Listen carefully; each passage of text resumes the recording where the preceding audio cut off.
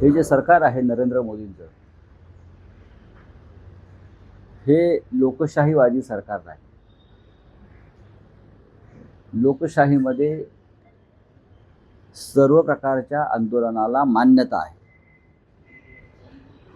या देशावर जेव्हा ईस्ट इंडिया कंपनीचं राज्य होतं, म्हणजे ब्रिटिशांचं राज्य होतं, तेव्हाही महात्मा गांधींनी आणि त्यांच्या सहकाऱ्यांनी आंदोलनासाठी उपोषणाचा आणि सत्याग्रहाचा मार्ग स्वीकारला होता. आणि 21 दिवस उपोषण करून शेवटी ब्रिटिश सरकारला चर्चेसाठी समोर आणलं होतं. पण स्वतंत्र हिंदुस्थानामध्ये सोनम वांगचुक यांच्यासारखा एक पर्यावरणवादी, वैज्ञानिक, एक सामाजिक कार्यकर्ता जेव्हा लाखो विद्यार्थ्यांच्या भविष्यासाठी उपोषण करतो, तेव्हा एक तर सरकार कोणती चर्चा करायला तयार नाही आणि 20व्या दिवशी नामर्दाप्रमाणे काळोखात चादर टाकून आडवं करून इतक्या मोठ्या माणसाला फरफटत घेऊन गेले, ज्याची उभं राहण्याची ताकद नाही उपोषणामुळे. त्याच्यासाठी त्यांना स्ट्रेचरसुद्धा आणण्याचं सौजन्य दाखवलं नाही आणि जबरदस्तीनं उपोषण सोडण्यासाठी त्यांच्यावर जो दबाव आणला, त्याचा धिक्कार करावा तेवढा थोडाच आहे. सोनम वांगचुक हे प्राणत्याग करण्यास सज्ज आहेत देशासाठी आणि सरकार त्यांना घाबरलं आहे. जर सरकार घाबरलं असेल तर सरकारने ज्या मागण्या आहेत तरुणांच्या त्याच्यावर चर्चा करायला पाहिजे. मी आधी सांगितलं, हे धर्मेंद्र प्रधान आहेत, हे काय फार महान शिक्षणतज्ज्ञ किंवा फार महान नेते, महात्मा धर्मात्मा नाही आहेत. ते एक मंत्री आहेत आणि त्यांच्याकडून चुका झालेल्या आहेत आणि लाखो विद्यार्थी त्याच्यामुळे उद्ध्वस्त झाले. 20 विद्यार्थ्यांनी आत्महत्या केली. अशा वेळेला सरकारची जबाबदारी आहे. पण सरकार पोलीस बळाचा वापर करून वांगचुक यांना अटक करते आणि त्यानंतर दुसरे जे तरुण कार्यकर्ते आहेत अभिजित बित्ते, त्यांच्यावरती लाठी हल्ला करून त्यांना जखमी करत आहे आणि भाजपच्या कार्यकर्त्यांना त्यांच्यावरती शाई फेकण्यासाठी प्रवृत्त करत आहे. हा देश हुकुमशाहीकडे झुकला असं म्हणतात, वळला नाही. या देशामध्ये हुकुमशाही सुरू झालेली एवढंच मी सांगेन.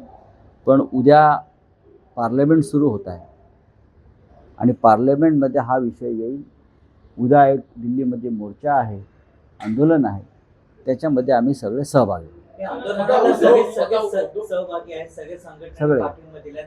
मात्र विरोधक जे सत्तेत आहेत ते म्हणतात की राजकीय वळण. हो, राजकीय वळण आहे म्हणा. राजकीय वळण आहे. तुम्हाला राजकीय दृष्ट्या भीती वाटली म्हणून तुम्ही सोनम वांगचुक यांना जबरदस्तीनं घेऊन गेलात ना. ही तुमची राजकीय भीतीच आहे ना. तुम्हाला भीती वाटते, तुम्ही डरपोक लोक आहात. तुम्हाला स्वातंत्र्य आंदोलनाची भीती वाटली, पण तुम्हाला ब्रिटिशांची भीती वाटली नाही, कारण तुम्ही ब्रिटिशांचे खबरे होता. तुम्हाला पंडित नेहरूंची भीती वाटते, तुम्हाला इंदिरा गांधींची भीती वाटते, तुम्हाला सोनम वांगचुकची भीती वाटते, तुम्हाला अभिजित बित्तेची भीती वाटते, तुम्हाला उद्धव ठाकरेंची भीती वाटते, तुम्हाला शिवसेनेची भीती वाटते. असे तुम्ही डरपोक लोक आहात. उद्याच्या मोर्चात तुमच्याकडनं कोण सहभागी होणार? आम्ही सगळे हो. उद्धव ठाकरे पण स्वतः असतील मोर्चावर. आम्ही सगळे हो असं जेव्हा म्हणतोय, तेव्हा इथे उपस्थित असलेले संसदेचे सगळे सदस्य जे शिवसेनेचे आता आहेत ते राहतील. सात खासदार जे आहेत ते त्यांच्या विलिनीकरणाला मान्यता मिळालेली आहे. आता एनडीएतला हा सर्वात मोठा दुसऱ्या क्रमांकाचा पक्ष झालेला आहे. त्यावेळीच एकनाथ शिंदेंनी आरोप करणाऱ्यांना टीका केलेली आहे. ते म्हणतात की जेव्हा हे फुटणारे जे आमच्याकडे येतात तेव्हा ते वाईट होतात, त्याच्या आधी ते चांगले असतात नाही, आणि आरोप करणारे फक्त लेणार. बघा, एकनाथ शिंदे म्हणजे काय आचार्य विनोबा भावे नाही आहेत. लक्षात घ्या. दाढी जरी असली त्यांना आचार्यांप्रमाणे, तरी ते आचार्य विनोबा भावे नाही आहे. की जे बोलतील ते सत्य आहे, हा, व नीतिमत्तेचं आहे, असं नाही आहे ते. मशालीवर निवडून आलेले 6 लोक तुम्ही 50-50 कोटीला विकत घेतले. मशाल चिन्हावर निवडून आलेले हे लोक आमचे निर्लज्ज, हे गद्दार आहेत. हा, हे गद्दार आहेत. चांगले का वाईट सोडून द्या, हे गद्दारच आहेत. मशाल चिन्हावर निवडून आलेले 6 लोक तुम्ही 50-50 कोटीला विकत घेता. यात कोणतं आलंय शौर्य, मर्दुमकी, नीतिमत्ता आणि लोकशाही, चांगले आणि वाईट? याचं उत्तर त्यांनी द्यावं ना. तुमच्या चिन्हावर निवडून आले असते तर आम्ही जे आले नंतर आम्ही काय म्हणतो का नाही वा तुमचे निवडून आले, पण आम्ही मशाल चिन्हावर निवडून आणले. माननीय उद्धव ठाकरे साहेबांनी मतं उद्धव ठाकरेंना पडलेली आहेत, मशालीला पडलेली आहे. तुमच्या चोरलेला धनुष्यबाणाला नाही. आणि तुम्ही काय आम्हाला सांगताय, एक दिवस ही दाढी, एखादा हनुमान येईल आणि जाळून टाकेल तुमची दाढी. लक्षात घ्या, आय रिपीट, ही दाढी तुमची एक दिवस जाळून टाकली जाईल. दाढीवर ते हात फिरवून तुम्ही आम्हाला नीतिमत्ता शिकवू नका. तुमची जी काय आहे ती अमित शहाच्या पायाशी गहाण पडलेली आहे. मुळात तुम्हाला अब्रू नव्हतीच. हां, हे 6 लोक जे आहेत त्यांना लाज वाटली पाहिजे. निर्लज्ज आहेत हे. गद्दार शब्दसुद्धा कमी पडेल त्यांना. आणि लोकसभेचे अध्यक्ष किंवा जे काही पार्लमेंटरी आपली आहे, हे हा लोकशाहीवरचा खून, बलात्कार करून खून, आधी जे आता गुन्हे घडतात ना, रेप अँड मर्डर, तसा हा रेप अँड मर्डर आहे लोकशाहीवर. हा रेप अँड मर्डर, आणि हा अत्यंत गंभीर गुन्हा आहे.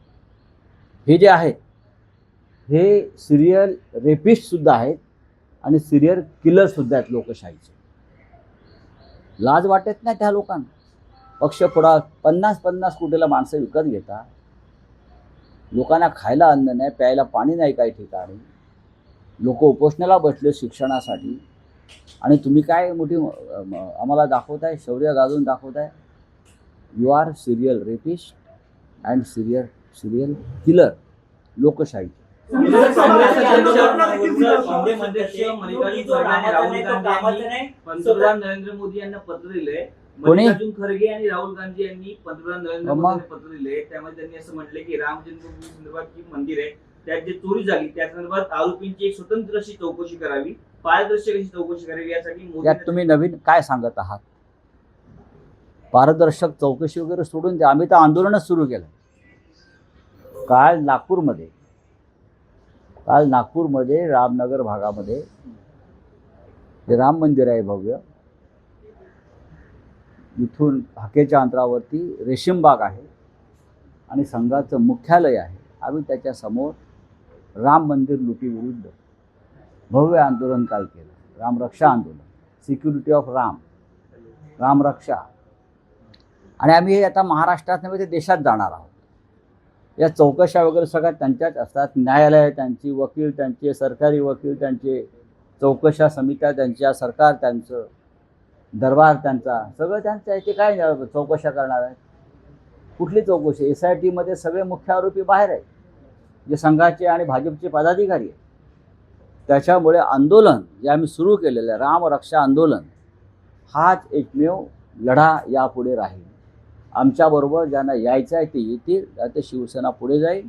कालच्या आमच्या आंदोलनामध्ये काँग्रेस पक्षाचे आणि राष्ट्रवादी काँग्रेस पक्षाचे सर्व प्रमुख नेते उपस्थित होते. आम्ही माननीय मुख्यमंत्री जे आहेत देवेंद्रजी आणि सरसंघचालक परमपूज्य मोहनरावजी भागवत यांनासुद्धा आमंत्रण केलं होतं. आता रामभक्तांच्या बाजूने ते उभं राहायला आले नाहीत. याचा अर्थ रामाचं मंदिर लुटणाऱ्यांना त्यांचा पाठिंबा आहे. फडणवीसांना तुम्ही आमंत्रण दिलं होतं, त्यावर एकनाथ शिंदे म्हणतात की तुम्ही राहुल गांधींना, सोनिया गांधींना, अखिलेशजींना यांना आमंत्रण द्यायला पाहिजे. हे जे महाशय आहे ज्यांचं तुम्ही नाव घेतलं, ते नक्की कोणाची प्रवक्तेगिरी करताय? तुम्ही सुद्धा उतरायला पाहिजे ना. कारण खरं म्हणजे त्यांना मी आठवण करू देऊ इच्छितो, पक्ष सोडण्याआधी एक दिवस आधी ते अयोध्येला होते माझ्याबरोबर. गद्दारी करण्याआधी जो आम्ही कार्यक्रम अयोध्येत तेव्हा घेतला होता, मी दिवस बघा, त्याच्या आधी 2 दिवस आधी माझ्याबरोबर अयोध्येमध्ये होते ना. रामाने त्या गद्दारीला परवानगी दिलेली नाही तुमच्या.